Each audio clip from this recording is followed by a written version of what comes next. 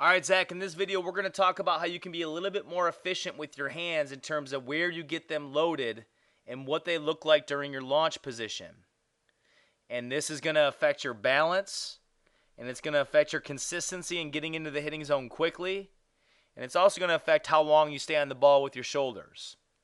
Okay, so I'm going to begin with Jim Tomei here in a stance, and we're going to go ahead and take him into his negative move. Watch how he brings the hands down to the top of the hitting zone. And then we're going to get him down where his front foot lands. And I want you to notice what he looks like at launch.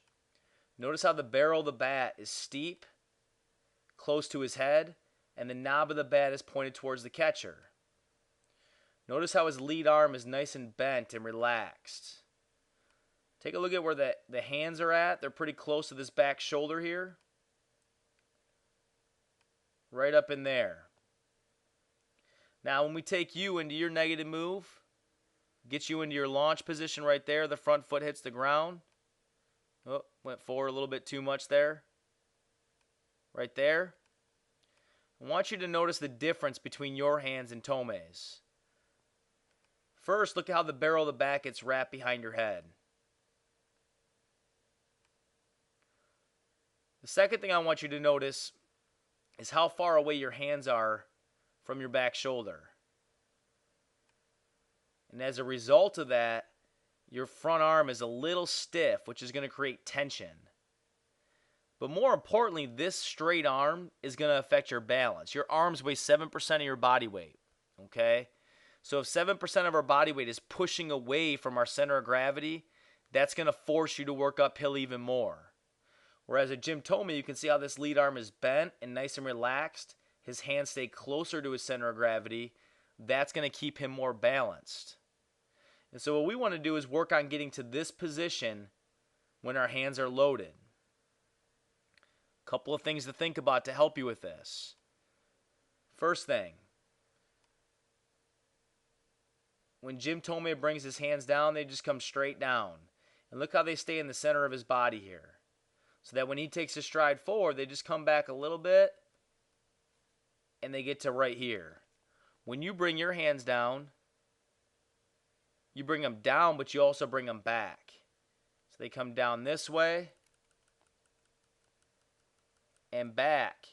And if we go back to Jim Tomei and his negative move, look where his hands are at in his negative move, closer to his center of gravity, and look where your hands are at during your negative move, further away from your center of gravity. And as a result of this, when you go to load your hands back, they just get too far away from you. Whereas at Jim Tomei, when he goes to load his back, they get to the right spot. So that's something to think about there. The other thing I want you to think about, and I'm going to pull up a different angle here, is your lead elbow.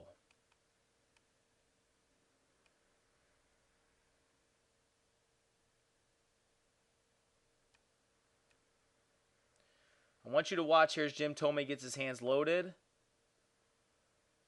and his front foot lands. Look at how this lead elbow, the elbow is pointed towards the ground.